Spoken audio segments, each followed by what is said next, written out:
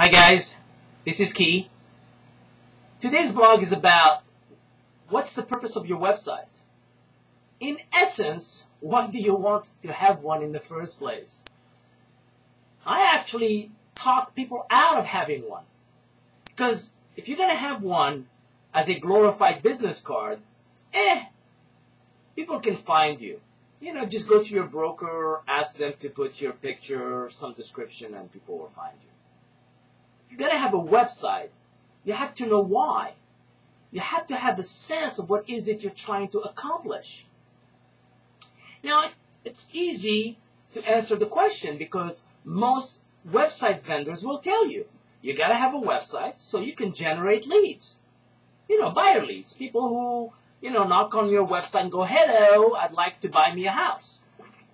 Now, be careful with that because I know a lot of vendors who have leads and whose web strategy doesn't work. You must know why you are doing whatever you're doing. And when it comes to your web services, you must know why it is you're trying to have this presence on the internet.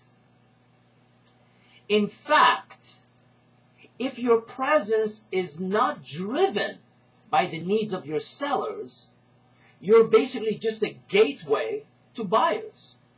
And if that's working for you, then there's no need for you to be watching this blog or reading me or actually watching me. There's no point in even knowing me. But if you're going to be using your blogs, your website, your marketing to take care of sellers, then you have a chance. You have a way of going somewhere.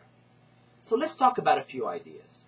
I'm going to ask you today to take some time to think, to write, to just get to the heart of your matter. What is it that am I doing? Why do I have an office in the town I'm in? Why am I in real estate? Now, some of you are tempted to say to make money. Remember, money is not a goal. Money is a result of commitment.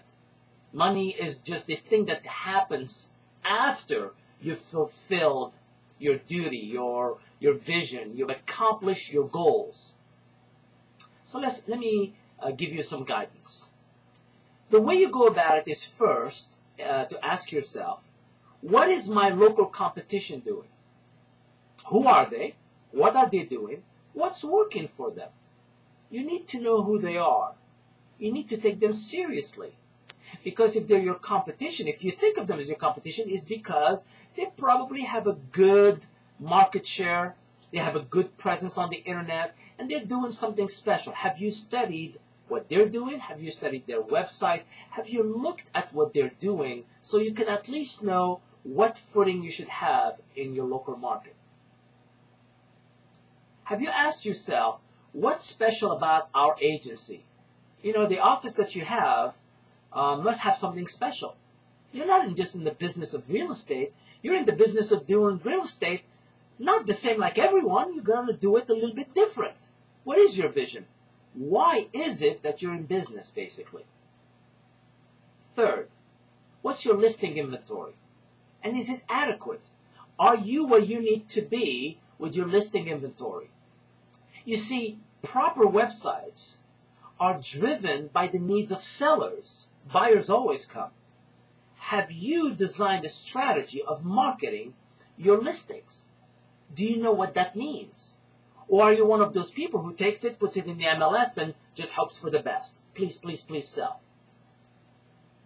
Number 4, if you ever developed a proper web strategy, how will you know it's working?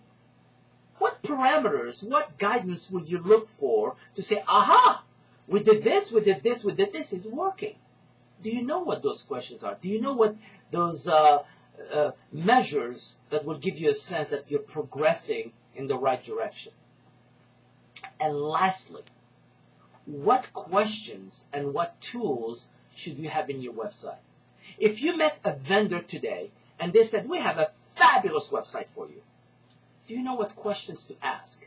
Have you done your homework?